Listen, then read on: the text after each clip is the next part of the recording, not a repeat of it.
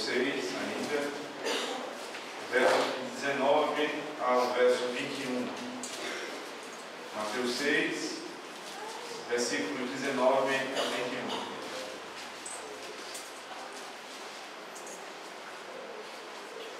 Diz a palavra do nosso Senhor, ainda no Sermão do Monte, sermão proferido pelo Senhor Jesus Cristo. Não acumuleis para vós outros tesouros sobre a terra, onde a traça e a ferrugem corroem, e onde ladrões escavam e roubam. Mas ajuntai para vós outros tesouros no céu, onde traça nem ferrugem corrói, e onde ladrões não escavam nem roubam. Porque onde está o teu tesouro, aí estará também o teu coração. Vamos orar mais uma vez. Onde está, Senhor Deus, o nosso coração? Queremos te pedir que o nosso coração esteja antes de tudo nas palavras que vão ser proferidas pelo Senhor através do teu ministro, Senhor. Cuida do nosso coração, Pai, a fim de que ele esteja aqui, que a centralidade, Senhor Deus, da nossa atenção esteja no Senhor agora. Cativa as nossas mentes, Senhor.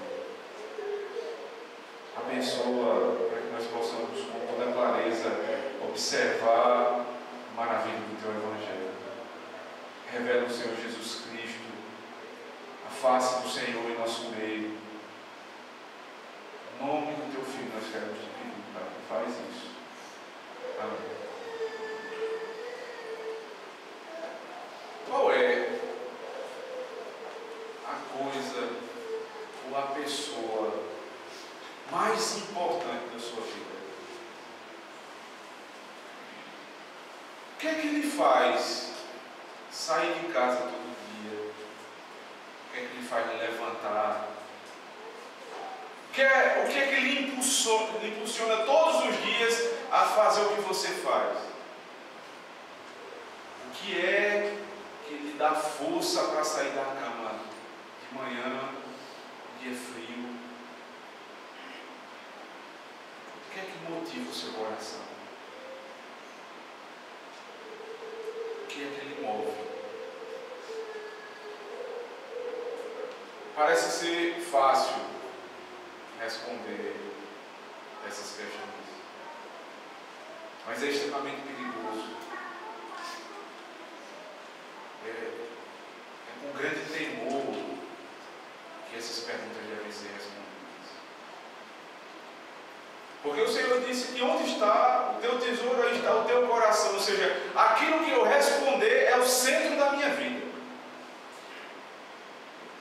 Se eu disser que o que há de mais importante na minha vida é a minha família, eu estou dizendo que o meu tesouro é a minha família, e que o centro da minha existência está nela. Se eu disser que é minha esposa ou os filhos, se eu disser que é um emprego que eu consegui a duras penas, aquilo que eu responder, eu estarei dizendo: esta coisa ou esta pessoa é o centro da minha vida. Qual é o problema com isso? É o problema do nosso coração. Onde está o teu coração? Está numa pessoa, num cônjuge, está num filho, está num amigo, está no casamento, numa posição social, nas riquezas. É justamente sobre isso que Jesus quer tratar agora. Ele acabou de nos ensinar como deve ser nossa vida de exercícios espirituais. Como nós devemos exercer a justiça. Capítulo 6, versículo 1. E aí, a partir do versículo 2, ele começa a tratar sobre o ato de dar dar esmolas. Eu vou começar a exercer minha espiritualidade sendo generoso com o necessitado. Esse é o primeiro exercício espiritual. O terceiro exercício é o jejum. No primeiro eu aprendo a lidar com a necessidade do próximo.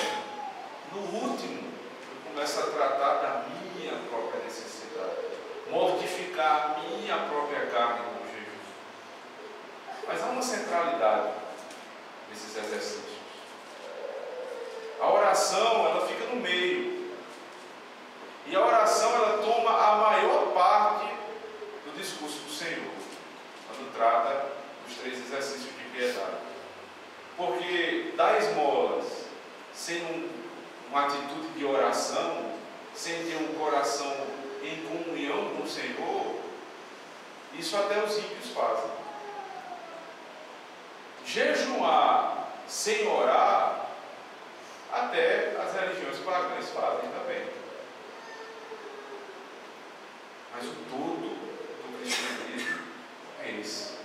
A centralidade na comunhão com o Senhor, demonstrada pela oração, que se revela exteriormente, porque a oração ela é entre mim e Deus, mas aquilo que se revela exteriormente é na minha generosidade.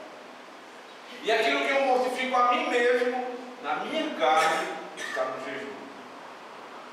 Aí eu cumpri os 3 exercícios de piedade da vida cristã. Mas ainda há um problema a tratar. É que mesmo você sendo a pessoa mais generosa,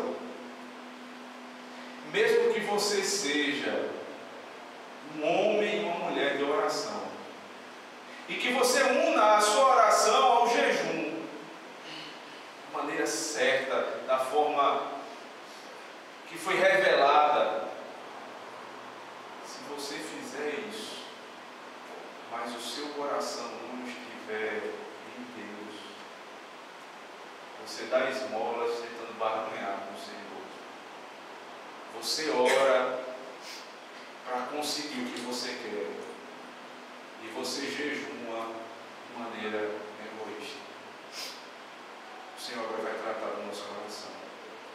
O que move a nossa vida, o que move a nossa oração, o que move o nosso jejum, o que move as nossas esmolas, o que move o homem. Essa parte do Sermão do Senhor, nós já vamos nos encaminhando para o final do Sermão do Monte, ela trata de 3 maneiras da mesma verdade. São 3 imagens usadas. Veja, olha para a sua Bíblia.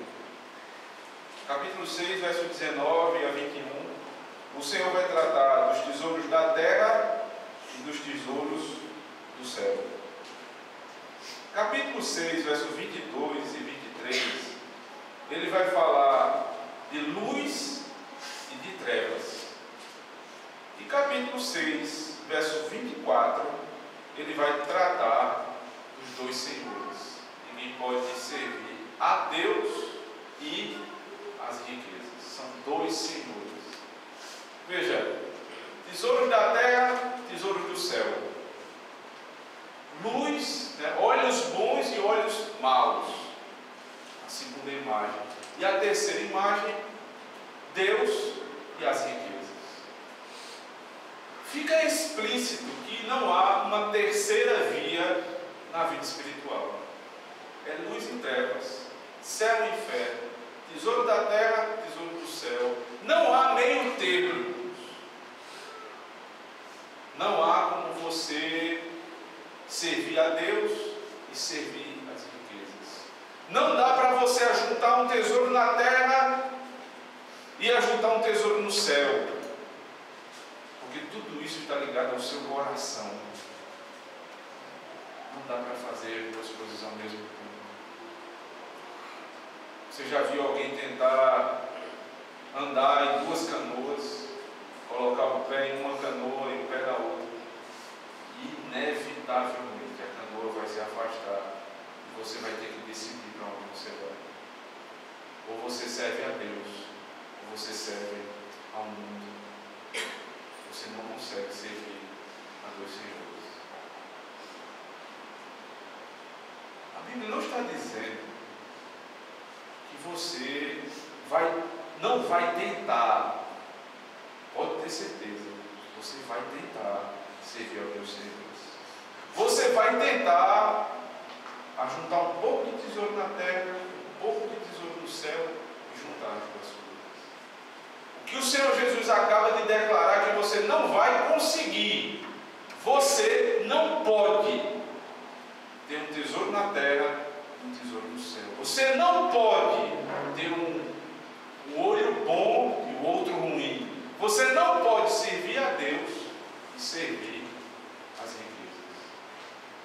Não há meio termo com o Senhor. Ou você serve a Deus, ou você serve ao mundo. Antes de nós adentrarmos no texto especificamente, ainda é necessário que nós possamos esclarecer algumas dúvidas que podem ficar. Primeiro, o Senhor disse que nós não devemos ajuntar tesouro. A nossa mente, a mente do século XXI, ocidental, ela rapidamente vai nos ligar o fato de ajuntar tesouros com uma instituição bancária. Então eu ajunto tesouro quando eu tenho uma grande poupança. Você tem que se lembrar que esse texto tem 2000 anos. Que o Senhor não estava com o banco que você tem na cabeça tão claro assim. Existiam instituições bancárias, é verdade, mas elas eram pouco confiáveis e eram poucas. Então, quando se fala em ajuntar tesouro, geralmente se pensa em ajuntar rebanhos, por exemplo, em ajuntar pedras preciosas, ouro, prata, todo tipo de pedra preciosa. Ajuntar, por exemplo, comprar roupas caras que demoravam a se corroer, e é por isso que é trazida a imagem da roupa também aqui. Então, o ajuntar tesouro não tem tanto a ver com uma instituição bancária, mas com algo que era um produto que não era tão perecível assim. Um rebanho, uma pedra preciosa ou uma vestimenta que durava muito tempo. Em segundo lugar, o texto não está falando que o crente não pode ser previdente, não é isso. Não é que eu não deva ter cuidado com minhas finanças, de ajuntar riqueza, de maneira nenhuma. Essa é uma visão socialista do texto. Né? A teologia da libertação trata isso no catolicismo, a missão integral, infelizmente, no meio dos evangélicos. Não é isso que o texto fala. Vamos comprovar essa afirmação daqui a pouco, mas o texto não está falando sobre o crente ser impulsivo. Tudo que ele ganha, ele gasta. Ou então ele não ganha muito para não ter que juntar. De maneira nenhuma. Aqui não é o ponto. Esse não é o ponto do texto. Vocês se lembram que na oração do Pai Nosso, nós vimos que o Senhor ensina a pedir o pão de cada dia. Os irmãos estão lembrados que quando fizemos aplicações naquele texto, uma delas tinha a ver com a vida do rico. O rico também pede ao Senhor que Ele lhe dê o pão de cada dia.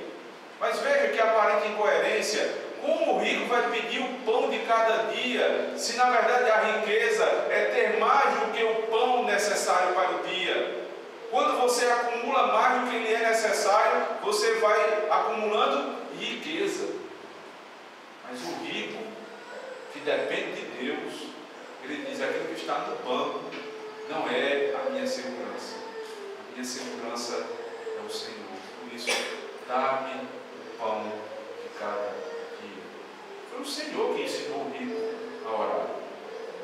Foi Ele que ensinou isso. Então ele não poderia ensinar a orar, o rico e o pobre a orar, e logo em seguida ele condenar a riqueza. Na verdade, a Escritura trata da riqueza como sendo uma grande bênção. Quando o Senhor cria todas as coisas, Gênesis capítulo 1, verso 28, ele vai dar leis ao homem. Um dos mandatos que ele deixou foi dominar a terra, sujeitar e dominar a terra. Daí surge um pouco da doutrina, uma doutrina reformada, bíblica, chamada teologia do domínio, onde o homem ele vai dominar a terra que Deus deu, dominar o jardim de Deus. Ele sai de casa e vai trabalhar. Ele sai de casa e vai buscar riqueza, porque é a bênção de Deus que está sobre ele. Ele entendeu que foi Deus que mandou, então ele não tem preguiça, ele não come o pão da preguiça, ele é previdente, ele cuida da sua família. E a evidência que ele cuida da família é porque ele trabalha e busca juntar riquezas. Isso foi dito em Gênesis capítulo 1, verso 28. Veja bem. Agora abra comigo em Gênesis capítulo 13. Nós vamos ver o primeiro exemplo de um servo de Deus rico.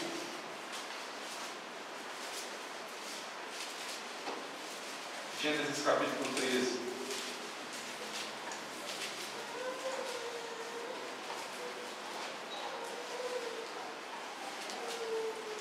Saiu, pois, Abrão do Egito para o Negueb, ele e sua mulher, e tudo o que tinha, e Ló com ele.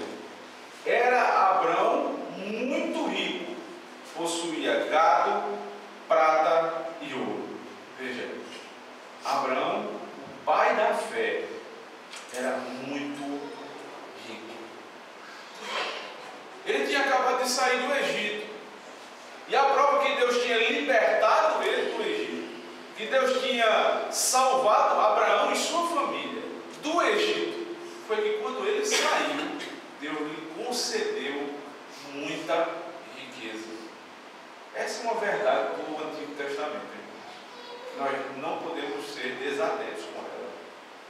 Aquele que foi liberto, ele não é liberto e sai sem nada, ele sai rico.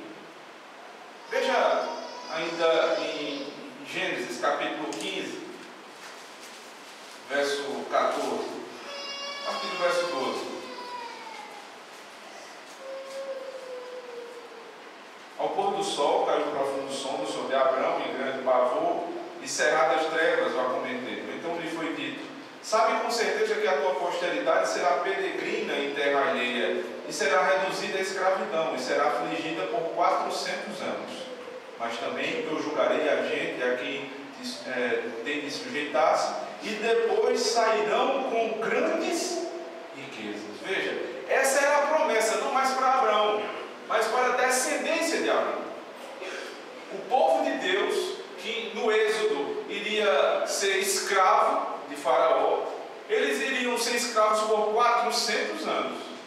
Mas no final da escravidão, Deus iria julgar aquele povo. Veja, isso é muito tempo antes de tudo aquilo acontecer. E o sinal externo da bênção de Deus era que eles sairiam muito ricos. É exatamente o que acontece em Êxodo capítulo 11, versos de 1 a 3. Mas ainda outra promessa do Antigo Testamento relacionada à riqueza. Abra comigo em Deuteronômio capítulo 28.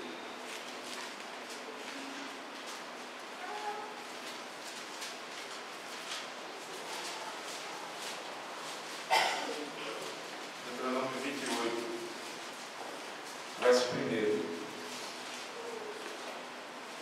Se atentamente ouvires a voz do Senhor, teu Deus, tendo cuidado de guardar todos os seus mandamentos que hoje te ordeno, o Senhor teu Deus te exaltará sobre todas as nações da terra.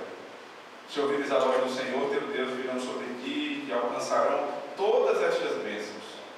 Bendito serás tu na cidade, bendito serás no campo. Bendito o fruto do teu ventre e o fruto da tua terra, e o fruto dos teus animais e as crias das tuas vacas e das tuas ovelhas. Bendito o teu cesto e a tua amassadeira. Bendito serás ao entrares e bendito ao saíres. O Senhor fará que sejam derrotados na tua presença os inimigos que se levantarem contra ti. Por um caminho sairão contra ti, mas por 7 caminhos presença. O Senhor determinará que a bênção esteja nos teus celeiros e em tudo o que colocares a mão, e te abençoará na terra que te dá o Senhor teu Deus. A conexão que há entre a observância da lei e a bênção. Se atentamente ouvires a voz do Senhor, uma sequência de bênçãos. Aquele que observa a lei de Deus, ele é abençoado. Como esse povo viria a bênção? Esse povo viria a bênção da seguinte maneira: os teus celeiros serão cheios, não vai faltar absolutamente nada na tua casa. Deus vai enriquecer o povo.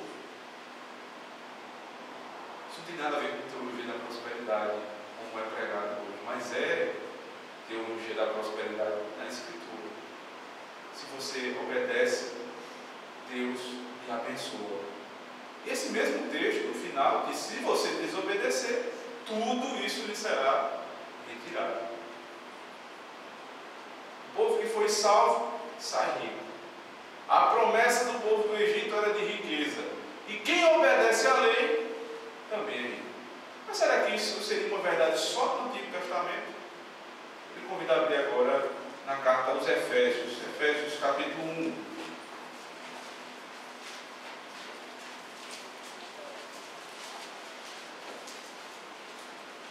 Verso 3.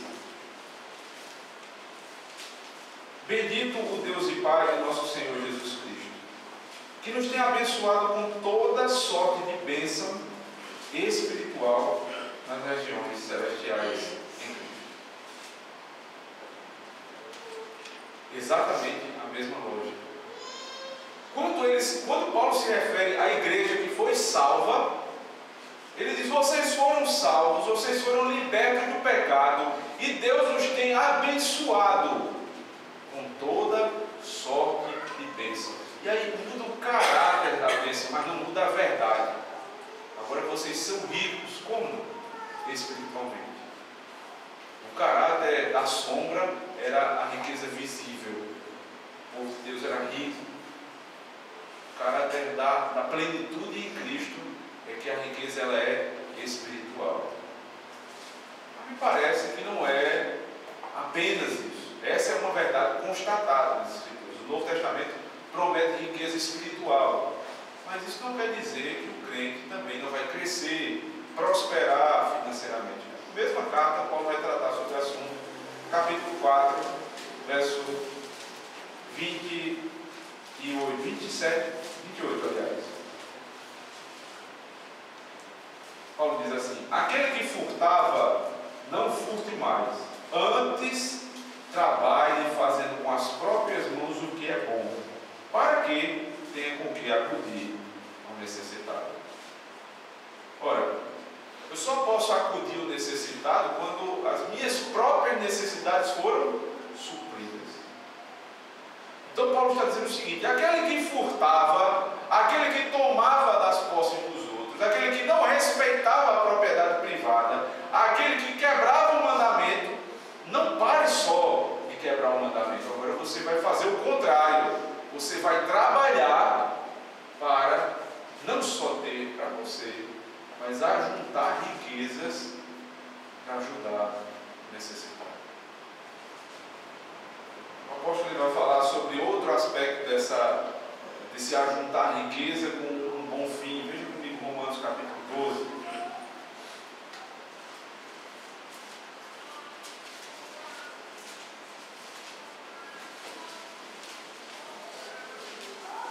Romanos 12, a partir do verso 10. Capítulo 9. O amor seja sem hipocrisia. Detestai o mal, apegando-vos ao bem. Amai-vos cordialmente uns aos outros, com amor fraternal, preferindo-vos em honra uns aos outros. No zelo não sejais remissos, sede fervorosos de espírito, servindo ao Senhor. Regozijai-vos na esperança, sede pacientes na tribulação, na oração perseverantes. Compartilhai as necessidades dos santos.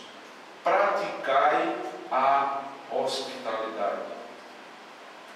Esse é outro aspecto esquecido, uma doutrina esquecida nas Escrituras.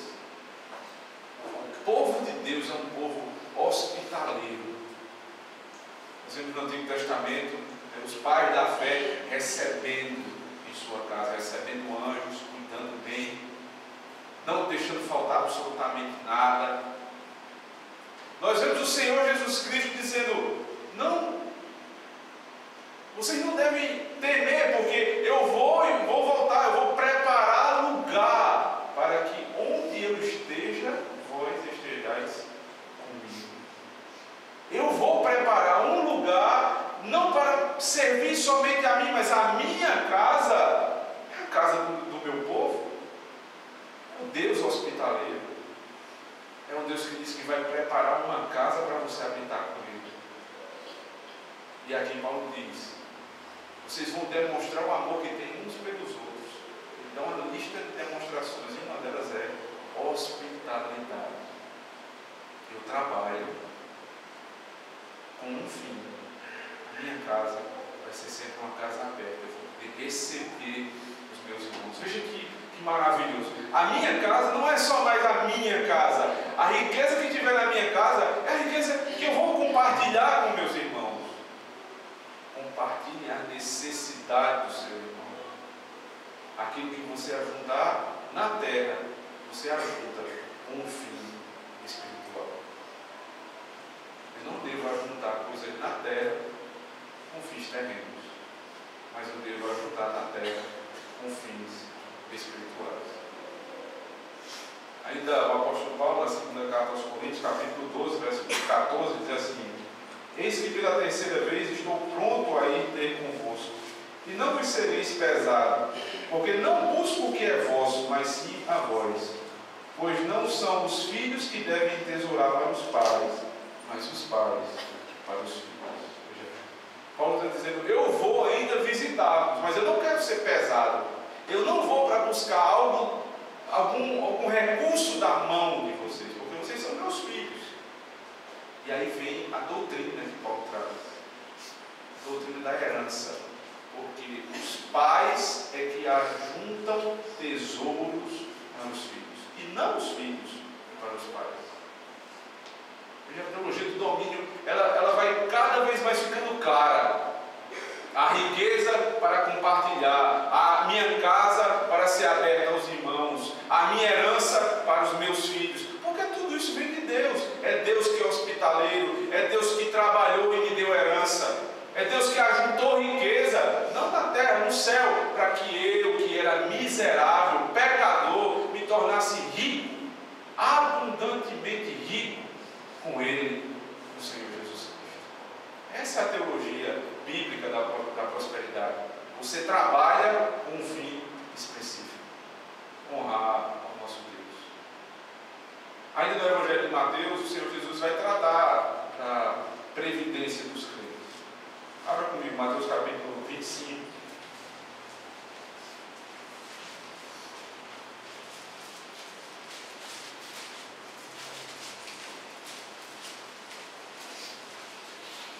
Verso 14.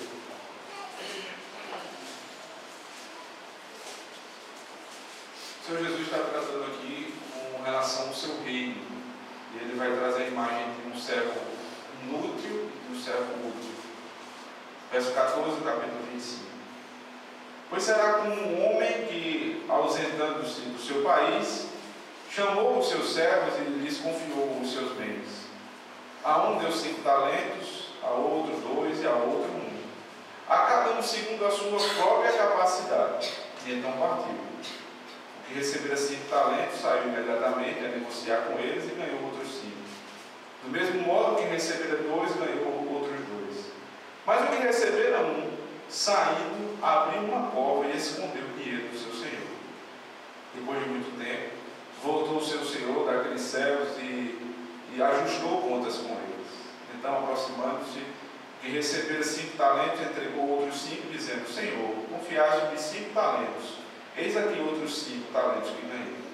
Disse-lhe o Senhor: muito bem, servo bom e fiel, foste fiel um pouco, sobre muito te colocarei, entra no gozo do teu teu senhor. E aproximando-se também o que recebera 2 talentos, disse: Senhor, 2 talentos me confiaste, aqui tens outros 2 que ganhei. Disse-lhe o Senhor: Muito bem, servo bom e fiel, foste fiel no pouco, sobre o muito te colocarei, entra no gozo do teu Senhor. Chegando por fim, o que recebera 1 talento, disse: Senhor, sabendo que és homem severo, que ceifas onde não semeaste, e ajuntas onde não espalhaste, receoso escondi na terra o teu talento, aqui tens o que é teu. Respondeu-lhe, porém, o Senhor: Servo mau e negligente, sabias que ceifo onde não semeei e ajunto onde não espalhei? Cumpria, portanto, que entregasses o meu dinheiro aos banqueiros, e eu, ao voltar, receberia com juros o que é meu. Tirai-lhe, pois, o talento e dai o que tem 10. Porque a todo o que tem se lhe dará, e terá em abundância, mas o que não tem, até o que tem lhe será tirado. E o servo inútil lançai-o para fora nas trevas, ali haverá choro e ranger. A comparação do Senhor aqui nessa parábola nos informa aquilo que está por trás do reino de Deus. O Senhor distribuiu talentos entre o seu povo. O Senhor distribuiu talentos entre esses homens. E uns foram previdentes, uns trataram com sabedoria daquilo que Deus deu. Fizeram multiplicar. E aquele medroso, aquele que é tímido, aquele que é acomodado na sua vida, aquele que tudo para ele está bom, com medo de perder o que tem, ele ficou parado. Ele simplesmente viu o único talento que foi lhe dado, perder importância, perder valor, porque é isso que acontece com o tempo. O que lhe foi dado vai perdendo valor se você não multiplicar. É errado, irmãos. Bem verdade, é errado pensar da maneira como que muitos têm pensado em relação à teologia da prosperidade, negociados que são feitos. Mas também é errado você ser acomodado, parado no tempo, não saber tratar dos recursos que vêm à sua mão. Nós temos facilidade de dizer que quando temos algo em nossas mãos que é emprestado, eu devo ter mais cuidado do que teria com aquilo que é meu. Mas você deveria pensar também que o recurso que lhe foi dado não é seu. O dinheiro que chega às suas mãos não é fruto apenas do seu trabalho. Lembre-se que a gente pede que o pão seja dado pelas mãos do Senhor. Então o recurso não é meu, todo o ouro, toda a prata é do Senhor. Eu preciso ser previdente e saber como utilizar aquilo que não é meu. Preciso ter sabedoria, por exemplo, não comprar com impulsividade. Não é porque está na promoção que eu tenho que comprar. Não é porque eu passei numa loja e vi que é bonito que eu devo ir lá e comprar. O livro de Provérbios nos ensina muito sobre isso. No capítulo 21, verso 5 diz assim: Os planos do diligente conduzem à abundância, mas todo precipitado apressa-se para a penúria. Capítulo 21, verso 20 diz: Há tesouro precioso e azeite na casa do sábio, mas o homem insensato os devora. Provérbios 22, verso 7: O rico domina sobre os pobres, e o que toma emprestado é servo do que empresta. Toma emprestado é servo do que empresta. A maneira com que eu trato minhas finanças também diz respeito à minha vida espiritual. Não posso dissociar meu culto, a minha família, meu trabalho e as minhas finanças de quem é Deus. Deus domina em todas as áreas da nossa vida. Quer você seja rico, quer você ganhe pouco, você precisa aprender a lidar com aquilo que Deus lhe concedeu. Como então alguém que tem finanças reduzidas devem conviver com a sua situação. Em primeiro lugar, sendo contente. Veja, ser contente é diferente de ser acomodado. Ser contente é se contentar com o que Deus já lhe deu. Você está satisfeito com o que Deus lhe deu. Ou seja, não murmurar com o que foi lhe dado. Mas você tem projetos na sua vida. Então, como alguém que ganha pouco pode ter projetos de vida e, mesmo assim, não quebrar o que o Senhor acaba de nos dizer? Não ajuntar na terra, mas no céu. O crente previdente que ganha pouco, ele vai pensar se o projeto dele, por exemplo, é casar. Então, se ele é homem e quer casar, ele vai fazer contas das suas finanças. Ele vai saber quanto custa o casamento. Não a festa, Deus. Quanto custa viver casado. Quanto custa cuidar de uma casa, pagar as despesas, dar um certo mínimo de conforto à sua casa, poder honrar com seus compromissos. Isso é ser previdente. Não é querer começar com tudo, mas é ter condição do mínimo. O crente previdente, ele aprende a conviver com suas limitações. E ao mesmo tempo, esse crente que quer se casar, ele sabe que o próximo passo do casamento é ter filhos. E é a primeira conta que ele fez, já não é mais possível. Agora ele tem que colocar mais uma pessoa em casa. Ele vai tentar acomodar o seu orçamento àquela nova pessoa que está em casa. Ele faz isso com temor ao Senhor. Ele faz isso porque isso tem tudo a ver com a vida espiritual dele. Ele não ama a riqueza, e porque isso é pecado. Mas ele também não ama a pobreza, porque isso também é pecado. Nós não somos franciscanos. Nós não abraçamos a pobreza como objetivo da nossa vida. Nós devemos ser pobres de espírito, no sentido de que somos dependentes de Deus. Mas nós não vamos nos acomodar com a situação que estamos. Nós somos satisfeitos com o que Deus nos deu, nós não murmuramos. Mas todo dia você precisa pensar, principalmente você que é homem, você precisa estudar, pensar, se sacrificar pela sua casa, para que você veja sua família crescendo, para que você tenha condição de dar o melhor à sua casa. Seu coração não está nessas coisas, seu coração está em Deus, mas o mesmo Deus disse que você precisa dominar essa terra. E como alguém abastado deve lidar com as riquezas, sendo ele crente? Da mesma forma. Abra comigo em Deuteronômio, capítulo 8, por favor. Verso 11. Deus estava dando uma terra àquele povo, e o povo agora, cheio de riquezas, vai receber novamente uma instrução do Senhor. Deuteronômio capítulo 8, verso 11.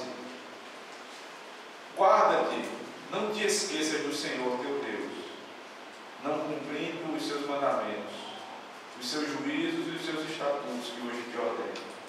Para não suceder que depois de teres comido estiveres farto, depois de haveres edificado boas casas e morado nelas, depois de se multiplicarem os teus gados e os teus rebanhos, e se aumentar a tua prata e o teu ouro, e ser abundante tudo o que tens, se eleve o teu coração, e te esqueças do Senhor teu Deus, que te tirou da terra do Egito, da casa da servidão.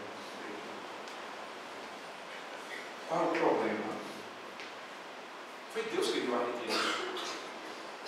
Se vocês não tiverem cuidado, se vocês se esquecerem, no momento em que vocês tiverem erguido suas casas na terra da promessa, que vocês estiverem fartos de comida, que vocês estiverem jubilosos diante da riqueza que eu dei, vocês não se esqueçam de que fui eu que os tirei da terra do Egito e dei tudo que tem em suas mãos.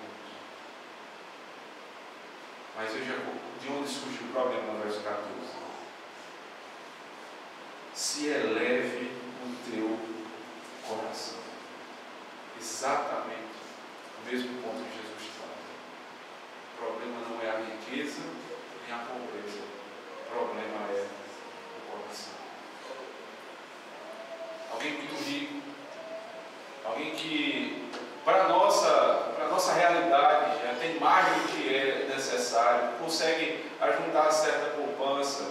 Talvez seria isso mais próximo da nossa realidade aqui na igreja, alguém que conseguiu alguma certa poupança.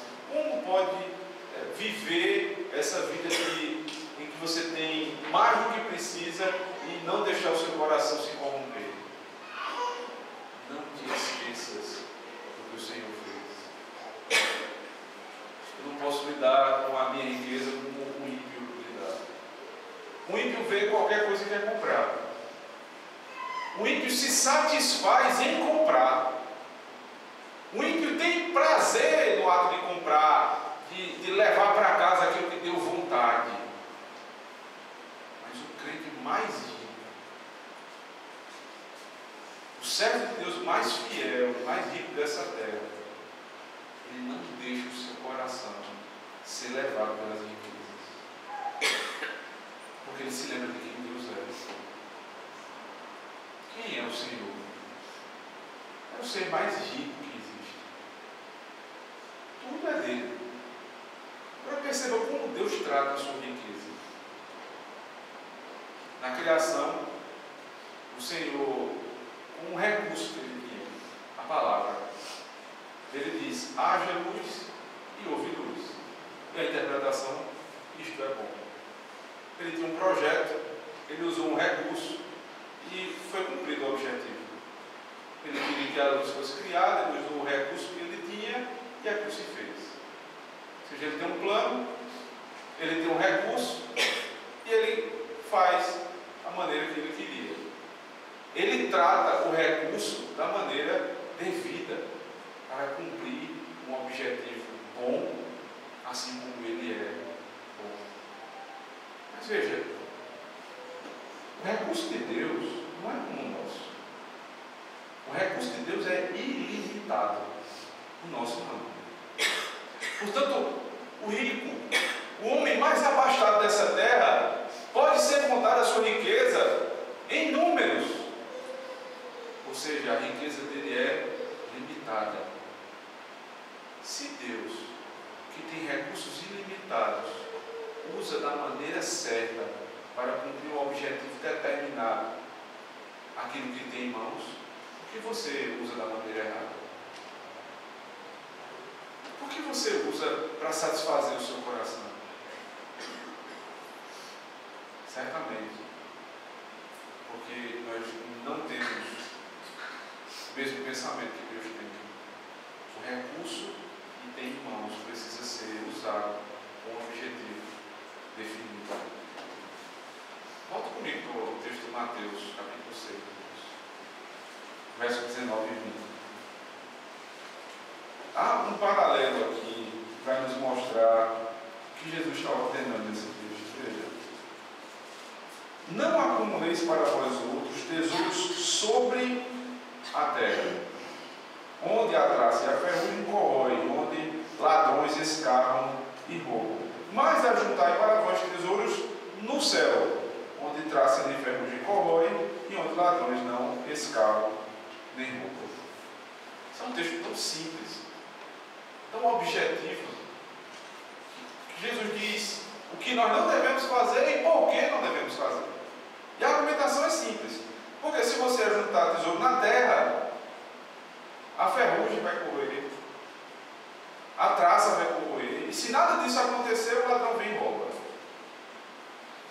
São coisas efêmeras. Tudo que você colocar no seu coração na terra vai passar.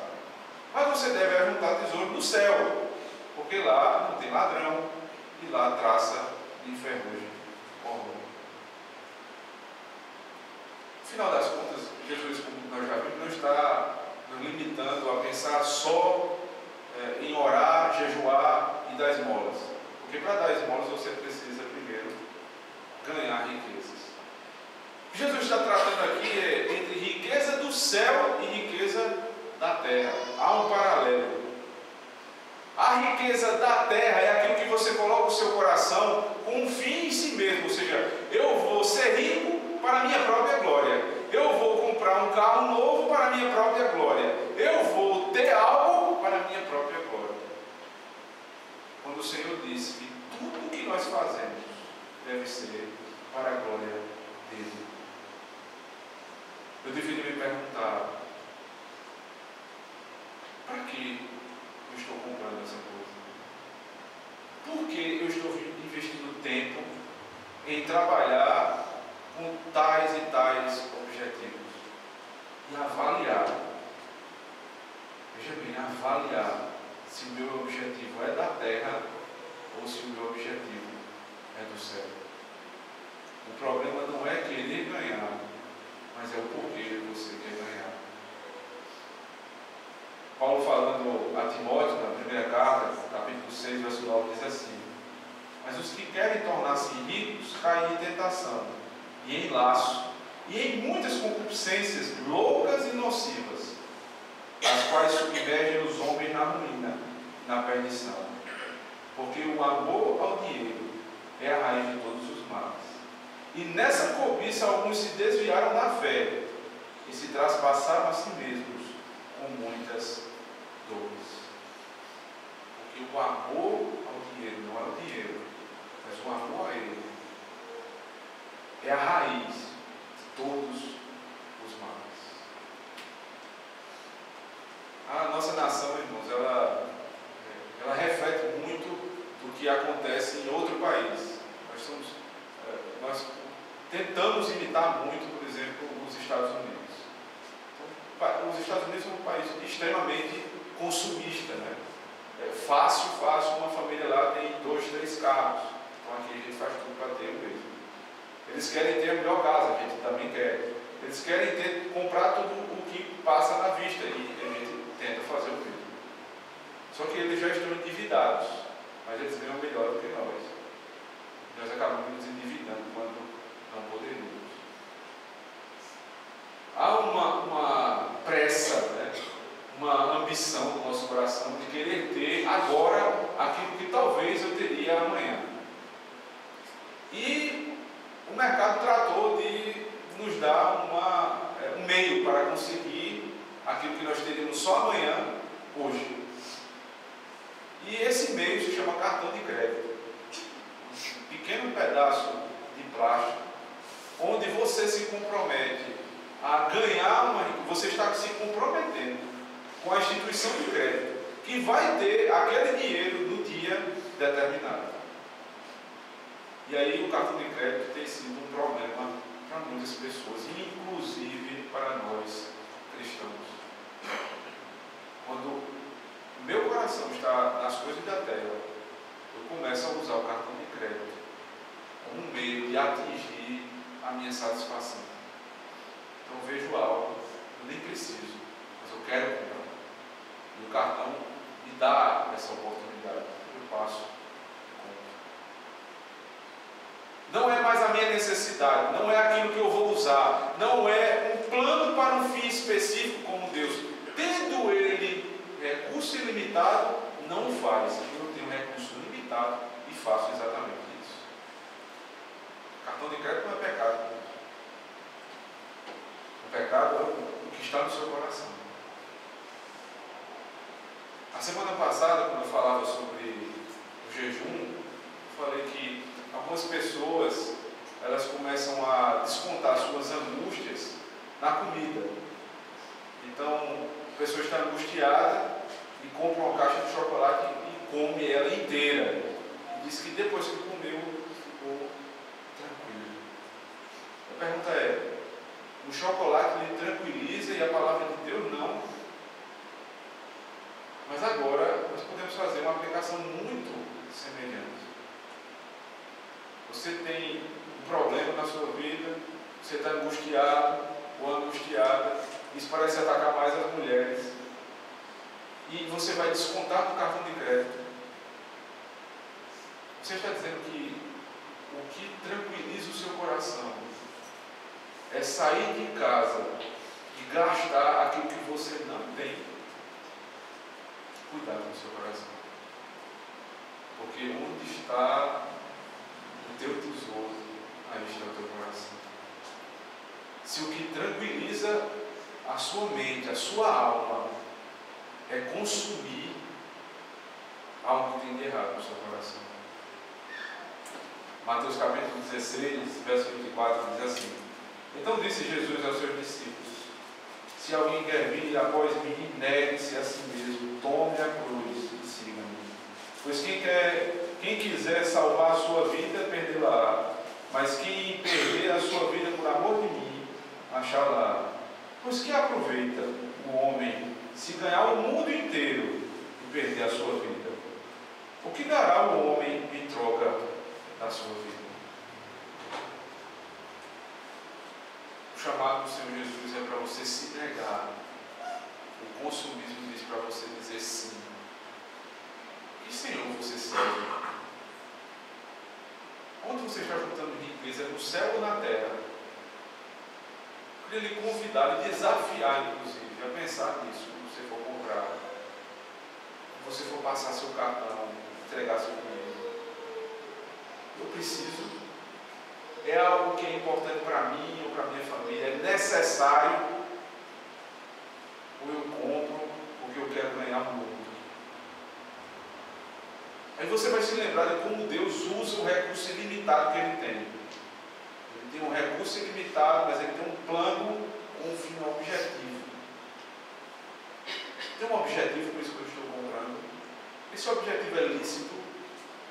Tem uma conotação espiritual. Isso vai me ajudar de alguma forma. Ou isso simplesmente está maquiando um problema do meu coração. Se estiver, repense a sua compra, repense o que você vai fazer. Verso 21, Jesus diz assim: Porque onde está o teu tesouro, aí estará também o teu coração.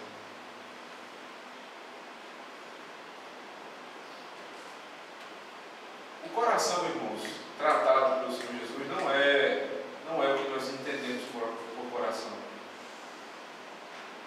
Jesus está dizendo o seguinte: aquilo que move a sua vida, aquilo que move o seu sentimento, aquilo que move as suas afeições, aquilo que toma conta dos seus pensamentos, onde isso estiver, o que for essa coisa, seu coração está lá. A sua vida, o centro da sua vida, é a resposta que você deu para a pergunta inicial. E a argumentação de Jesus é: se você ajuntar tesouro nessa terra, você está fazendo a pior poupança que você poderia fazer. Porque aqui os ladrões roubam. Aqui, se o ladrão não levar, principalmente no Brasil, a ferrugem come e a traça acaba com tudo. É o pior lugar para se fazer poupança, é nessa terra. E alguns têm feito poupança no coração. Mas não é poupança só financeira. É o desejo de satisfazer as suas vontades. Você quer algo de toda forma, você vai querer satisfazer. Então aquele que quer ser rico, ele não tem mais princípio, ele passa por cima de tudo.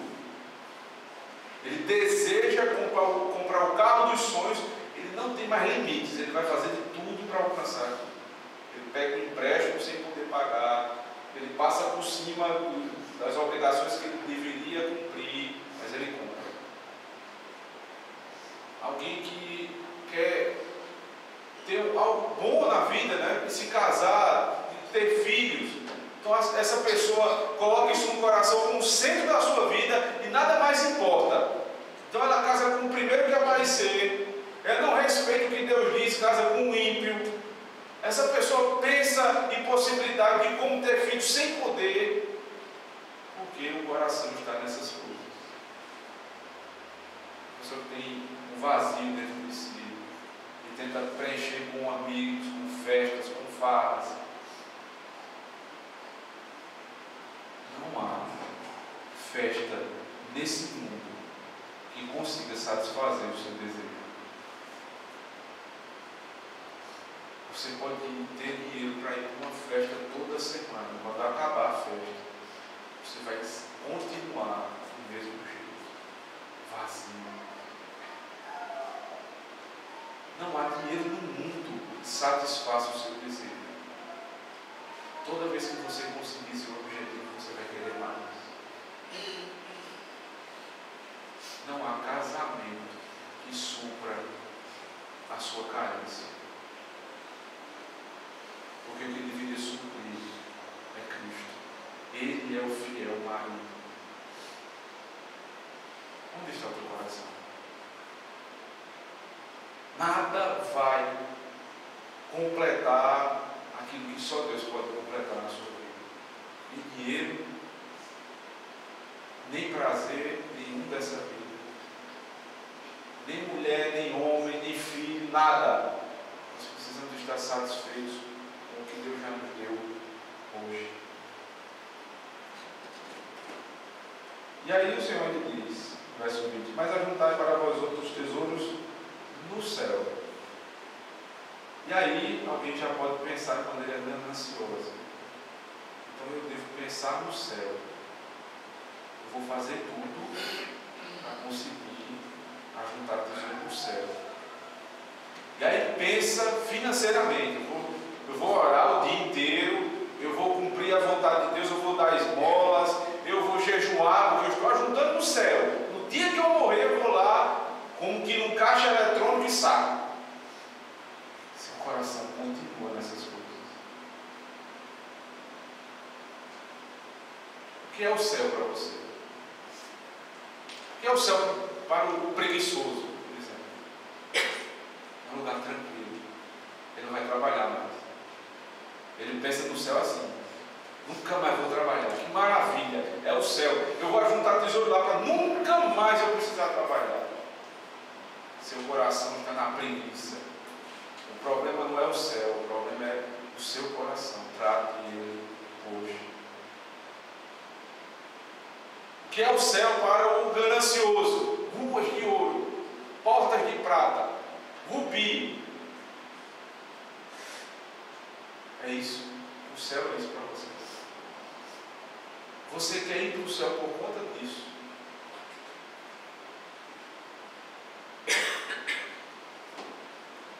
Só deveria ter um motivo para a gente ir para o céu. Lá está o nosso Senhor. Eu quero habitar com Ele. Porque é isso que Jesus diz. Eu vou preparar lugar para quê? Não para vocês não trabalharem mais. Para vocês não terem mais problema na vida. Pare de sofrer. Eu vou preparar um lugar para que onde eu esteja, vós estejais comigo. É esse o objetivo de Deus. Ele prepara um lugar para que você esteja com Ele.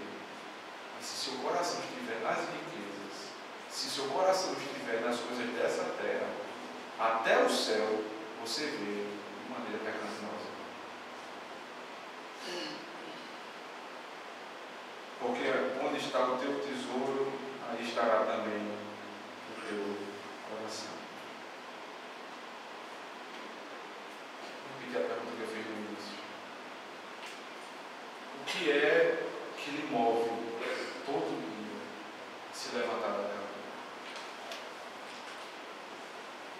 Eu espero que depois de tudo isso que foi dito, você não repita mais que o seu marido, a sua esposa, o seu filho, ou qualquer projeto da terra.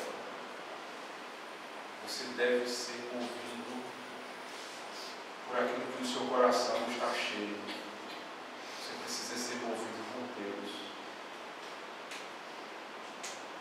Se você for movido pela sua esposa ou pelo seu marido, um dia você pode perder. E aí, como muitas pessoas dizem, eu perdi o chão, eu perdi o objetivo de vida, não tenho mais motivo para viver, porque eu vivia por conta do meu marido. Isso é um mito. Se você diz que vive para alcançar determinado objetivo profissional, você pode ser acometido de uma doença, ficar numa cadeira de rodas, ou perder o emprego. E aí? Como é que você vai alcançar esse objetivo? Ou você vai perder as forças para viver? Onde está o teu tesouro? O Dr. Martin Lloyd Jones, falando sobre esse texto, ele traz uma pequena história no final do seu comentário. Ele diz assim: já havia um homem, um grande fazendeiro, um homem rico, abastado, que tinha uma das suas vacas, era a sua preferida, a mais cara de todas, e ela deu cria, duas crias. Ele disse, chamou sua mulher, chamou seus filhos, e disse: vejam, tudo que nós temos é de Deus. Como prova disso, um desses dois filhotes vai ser doado à igreja, para que a igreja possa vender e possa usar da maneira devida. Só que eu não vou dar agora, vou deixar eles crescerem para que o valor seja maior. E aí ele cuida daqueles dois animais. E um dia a sua esposa vai até a cozinha e aquele homem está chorando, triste, cabisbaixo. E a mulher disse: o que foi que houve? Por que você está assim? E aquele homem diz: morreu a vaca de Deus. Mas como é que você sabe que era a vaca de Deus? Você disse que ia decidir depois. Não, porque era justamente ela que eu tinha decidido. Morreu a vaca de Deus. Onde está o teu tesouro? Onde está o teu coração? É sempre as coisas de Deus que vão primeiro. Sempre o que é de Deus é deixado de lado. Você recebe o dinheiro que você disse que é o pão que veio de Deus. Você separa água, luz, telefone, prestação do carro, casa. Lá no final, tudo de Deus morreu. É assim que nós tratamos as coisas de Deus. É só um exemplo de como nós tratamos. Porque o nosso coração é tendencioso sempre para aquilo que é nosso, para aquilo que nos satisfaz. E as coisas de Deus vão ficando de lado. O desafio é esse. É você vasculhar o seu coração hoje para saber onde está o teu coração. Se não estiver em Deus, as coisas estão muito ruins. Por fim, é possível que você não conheça o Senhor Jesus Cristo como seu Salvador, como seu Senhor. Você esteja pensando assim: então eu já entendi, só ter cuidado com as minhas finanças, vou dar esmola, eu vou procurar ser uma pessoa melhor e vou ajuntar tesouro no céu, como você estivesse tratando com um banco. Você lembra que o problema não é a maneira com que você vive, o problema é o seu coração. Se o seu coração não foi transformado, tudo o que você fizer desagrada a Deus. Você pode dar não só os 10% na igreja, você pode dar os 100%. Você está perdendo o seu dinheiro. Por uma coisa só. Ele diz: ajunte tesouro do céu. Porque Jesus falava para os crentes. Só quem pode ajuntar o tesouro do céu é quem já tem o coração do céu. Mas se você não conhece Jesus Cristo, ainda que você doe tudo à igreja, você está juntando tesouro para um lugar onde você não vai. Porque se você não tem Cristo, você não vai para o céu. A promessa é para quem já tem o Senhor, a riqueza maior que a salvação. Por isso eu quero lhe convidar, antes de mais nada, nós vamos orar daqui a alguns instantes, você pedir perdão pelos seus pecados. Você pedir que o Senhor troque o seu coração. E para os crentes, se você se viu em algum desses exemplos ou em outro, em que o seu coração está, peça perdão. Peça para que Deus redirecione o seu coração, para que nós possamos ajuntar tesouros no no céu, não na terra. Se nosso coração, ainda que consiga ajuntar tesouro na terra, seja com um objetivo celeste, um objetivo espiritual. Deus nos abençoe, irmãos. Amém. Cuide a igreja ficar de pé, nós vamos orar ao Senhor. Quero convidar o resto do Cristiano para fazer uma oração final.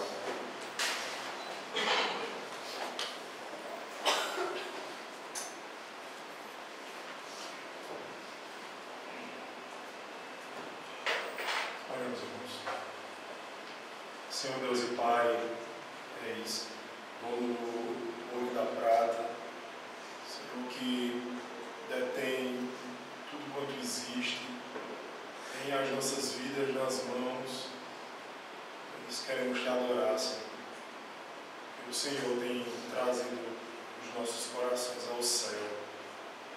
Nós te amamos, Senhor, porque o Senhor nos amou primeiro.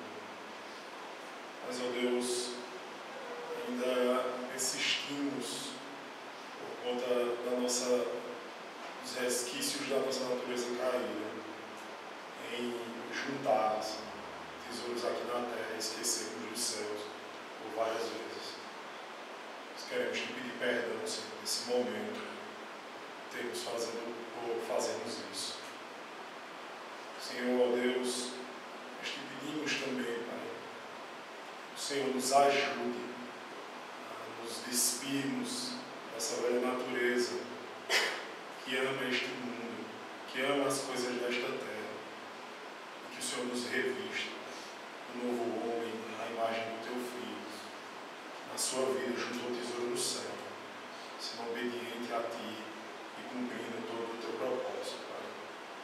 Que a semelhança dele nós possamos viver da maneira que te agrada, juntando, e que tudo que nós venhamos a fazer aqui, todo o tesouro que nós